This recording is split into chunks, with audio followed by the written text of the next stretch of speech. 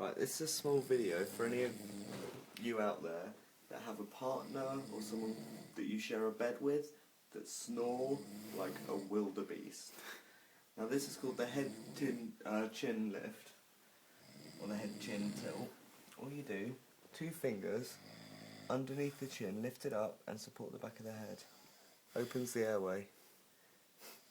Thus any resistance caused by alcohol-induced comas start to subside, right?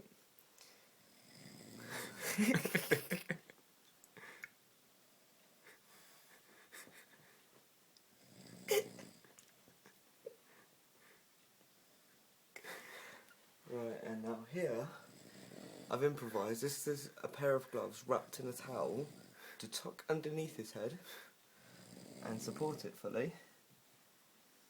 Oh, maybe we should go from this side because we've got the pillow there.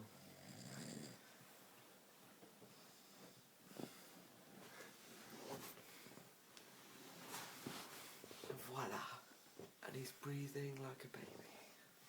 Good night, ladies and gentlemen.